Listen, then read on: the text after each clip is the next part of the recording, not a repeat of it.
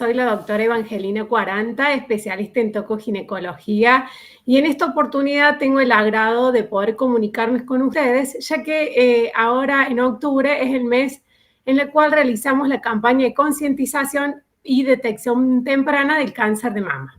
Vamos a comenzar definiendo qué es el cáncer de mama.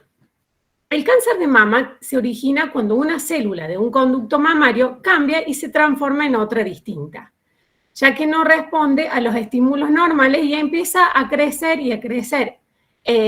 incontroladamente y a reproducirse de manera descontrolada, por lo cual se la conoce como células anárquicas. Por lo cual se produce, como estamos diciendo, un crecimiento descontrolado celular. Al dividirse sucesivamente, este grupo de células conforma un pequeño tumor, que irá creciendo de manera paulatina y si no es detenido a tiempo puede invadir tejidos vecinos, lo cual también puede luego llegar a los ganglios regionales y así luego en etapas posteriores invadir otros órganos del cuerpo. ¿Cuál es la importancia de esta patología? ¿Por qué le damos tanta importancia en general, no solamente en el mes de octubre, sino en todos los meses, en todas las estaciones, en todos los rincones del mundo? Ya que, como ustedes sabrán, el cáncer de mama es el cáncer más frecuente en las mujeres. Si vamos a ver algunos datos que nos van a sorprender, diríamos, por ejemplo, que hay 129.000 nuevos casos de cáncer que se producen cada año en la Argentina.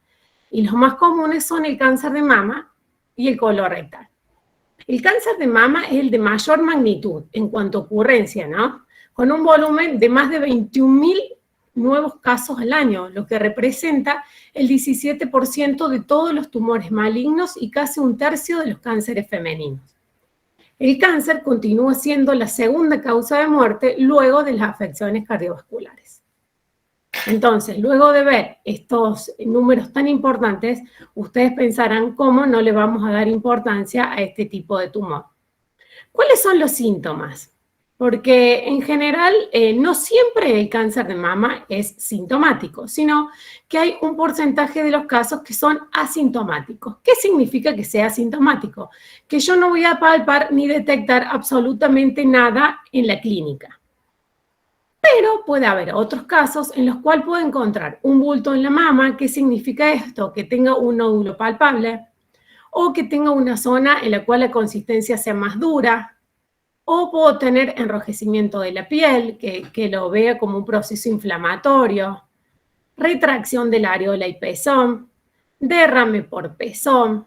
Del derrame por pezón puede ser blanquecino o puede ser un derrame hemático, o sea, de sangre, que sea un derrame rojo. También puedo detectar algún bulto en la axila de distintos tamaños. Obviamente, esos bultos que yo pueda llegar a detectar pueden ser pequeños o pueden ser más grandes. Pero tengamos en cuenta esto, que hay un porcentaje importante de los tumores que son asintomáticos. Por ende, que yo clínicamente no me detecte nada, que yo no tenga ningún síntoma, no significa que yo no puedo estar cursando un cáncer de mama. Y es por esto que es tan importante la detección temprana, porque justamente es eso lo que buscamos, poder detectar el cáncer de mama, la patología, cuando todavía no dio síntomas, por ende, cuando están en estadios tempranos. Este es, a manera esquemática, un gráfico en los cuales nosotros podemos ver cuáles los hallazgos, cómo son los hallazgos clínicos que se puede presentar. Por ejemplo, una protuberancia, esto de que nosotros notemos que un nódulo que protruye, que lo podamos ver cuando nosotros nos vemos frente al espejo o cuando nos hacemos el autoexamen mamario. Una protuberancia, un nódulo, algo que nosotros lo veamos que protruye en la superficie de la piel. O también podemos ver algún vaso, una vena creciente, algún signo que veamos, que nos percatemos de que ha aumentado la vascularización en la zona, algún tipo de hendidura. Todo esto serían como asimetrías de una mama con respecto a la otra. Puede haber huecos. ¿Esto qué significa hueco? Significa lo que estamos diciendo, asimetría. Habitualmente los huecos se producen por retracciones de la piel. Hundimientos del pezón, también puede haber lo que llamamos pezón umbilicado, o, como dijimos, un fluido desconocido, una secreción que sea rara, que sea nueva. Esta secreción nosotros la vamos a expresar comprimiendo el pezón, o también puede ser una secreción que se dé espontáneamente, sin comprimir el pezón. Después puede ser un aumento, un endurecimiento, que se refiere a un aumento de la consistencia en alguna zona. Piel de naranja, que se refiere a un enrojecimiento de la piel, o que la piel se encuentre edematizada, erosiones a nivel de la piel, como dijimos, asimetrías en el complejo areola-pezón, o algún bulto interno. La mama se divide en 4 cuadrantes. Si trazamos 2 líneas que se crucen entre sí y formamos una cruz, vamos a poder dividir la mama en 4 cuadrantes, que es la manera que tenemos nosotros de ubicar algún tipo de hallazgo que tengamos. Entonces, de esa manera nosotros podemos ubicar topográficamente si existiera alguno de estos signos que acabo de describirles. Ahora bien, ¿cuáles son los factores de riesgo a tener en cuenta para la presencia de un cáncer de mama, para que se manifieste un cáncer de mama? En base a esto podemos decir que tenemos factores de riesgo que son no modificables y factores de riesgo que son modificables. Los factores de riesgo no modificables son los que, digamos, llevamos, que no hay manera que nosotros lo podamos cambiar. Uno de esos es la edad, que a mayor edad, mayor va a ser el riesgo de presentar un cáncer de mama.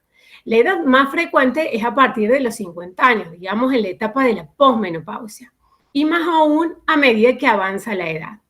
Pero esto no significa de que el cáncer de mama no se pueda presentar en pacientes jóvenes. En los últimos años las estadísticas nos muestran que en pacientes menores de 40 años también han aumentado notoriamente el número de pacientes que presentan cáncer de mama y que puede estar relacionado a otros factores. Por ejemplo, algún cáncer hereditario, que ya lo veremos más adelante. Con respecto a los antecedentes familiares, también es un factor que no es modificable. Y con respecto a esto, nosotros lo que tenemos que tener en cuenta es, primero de todo, si son familiares de primer grado o familiares de segundo grado. Si son familiares de primer grado, nos referimos a hermana o madre. Y si son de segundo grado, van a ser parientes familiares más lejanos. Los familiares de primer grado son los que realmente van a pesar a la hora de nosotros pensar en los antecedentes familiares que tenemos. Y no solo eso, sino cuántos son los familiares de primer grado que han sido afectados por la enfermedad y la edad de ellos. Porque no es lo mismo que un familiar de primer grado haya tenido un cáncer de mama a los 60 años que si ese familiar presentó un cáncer de mama siendo menor de 40 años. Digamos, va a ser mayor el riesgo que vamos a tener si nuestros familiares fueron más jóvenes. Con respecto al sexo, obviamente siempre es mucho más frecuente en la mujer que en el hombre, lo que no significa que en el hombre no pueda presentarse esta patología. De 100 mujeres con cáncer de mama, solo un hombre va a presentar. ¿Estamos? Entonces, es 100 veces más frecuente en la mujer, pero siempre lo tenemos que tener en cuenta en el caso de un hombre que presenta algún tipo de sintomatología o nódulo mamario. Sí, ahora pasamos a lo que son los factores de riesgo modificables. Tenemos, por ejemplo, el sobrepeso, la falta de ejercicio físico, el consumo de alcohol y el consumo de tabaco. ¿Por qué el sobrepeso se relaciona con el cáncer de mama? Y bueno, se relaciona porque las pacientes que tienen sobrepeso o que son obesas tienen mayor cantidad de tejido adiposo. Y en ese tejido adiposo es donde también se produce la conversión periférica de los estrógenos. Entonces, la paciente obesa o con sobrepeso va a tener mayor nivel hormonal en su cuerpo que la paciente delgada o que conserva su índice de masa corporal en niveles óptimos. La falta de ejercicio está directamente relacionada con el sobrepeso, porque una paciente que sea sedentaria va a ser una paciente que seguramente va a tener sobrepeso u obesidad. Y con respecto al alcohol y el tabaco, son dos tóxicos que aumentan el riesgo. Pero todos estos factores, lo importante es que estos factores modificables es como la palabra lo dice, nosotros podemos actuar sobre ellos, podemos mejorar nuestra calidad de vida, podemos mejorar nuestras costumbres, nuestra alimentación, nuestro ejercicio rutinario, que no es que tiene que ser aislado, sino tiene que ser un ejercicio físico constante y mantenido en el tiempo. No es que hago una semana y después no hago más por un año entero, sino tiene que ser el ejercicio mantenido. Y de esa manera vamos a disminuir el riesgo de presentar cáncer de mama, pero no es que lo vamos a evitar. No es que si nosotros hacemos todo eso vamos a anular el cáncer de riesgo de mama. No, el riesgo de cáncer de mama. No, sino que vamos a disminuir el riesgo. Bien, entonces inmediatamente se nos presenta esta pregunta. Entonces, ¿el cáncer de mama puede prevenirse o no después de haber visto todos estos datos? Bueno, el cáncer de mama no se puede prevenir, como les decía recién, no se puede evitar en su totalidad, o sea, eso sería la prevención primaria. No se puede anular el riesgo por completo. Sin embargo, sí se puede diagnosticar tempranamente, que sería la prevención secundaria, en estadios donde el cáncer más de un 90% puede curarse. Entonces, ese es el foco importante que todas las mujeres deben saber, que el kit de la cuestión, lo que importa en esto es el diagnóstico temprano, para poder entrar dentro de ese 90% de mujeres que pueden curarse. Aunque no hay un método para prevenirlo de manera absoluta, podemos detectarlo de manera precoz mediante la mamografía, que es el gold estándar, el método que nosotros usamos de cribado, de screening para detectar la patología. Asimismo, es posible, como dijimos, adoptar medidas para disminuir el riesgo mediante la modificación de los factores de riesgos que tienen que ver con el sedentarismo, los tóxicos y la obesidad y sobrepeso. Acá tenemos un diagrama en el cual vemos tres palabras. Una es la mamografía, otra es la ecografía mamaria y otro es el autoexamen mamario. La mamografía es el método de screening de cribado por excelencia, ¿no? La ecografía es otro de los métodos que usamos, complementarios también muy importantes, y el autoexamen mamario. La mamografía, como dijimos, es un método de diagnóstico muy importante que se indica a partir de los 40 años de manera anual, o sea, una vez por año. No importa si tengo síntomas, no tengo síntomas, sí o si tengo la mamografía del año anterior normal, no. Todo eso es importante, pero eso no va a hacer que nosotros no tengamos que tener nuestra cita anual con el ginecólogo. Una vez al año, sin excepción, debe realizarse la mamografía. La ecografía mamaria es un método complementario a la mamografía, que lo pedimos también, sobre todo en pacientes jóvenes. ¿Por qué? Porque la mamografía en las pacientes jóvenes que tienen mucho tejido mamario denso, hace que pierda sensibilidad. Entonces, en pacientes jóvenes utilizamos ecografía mamaria.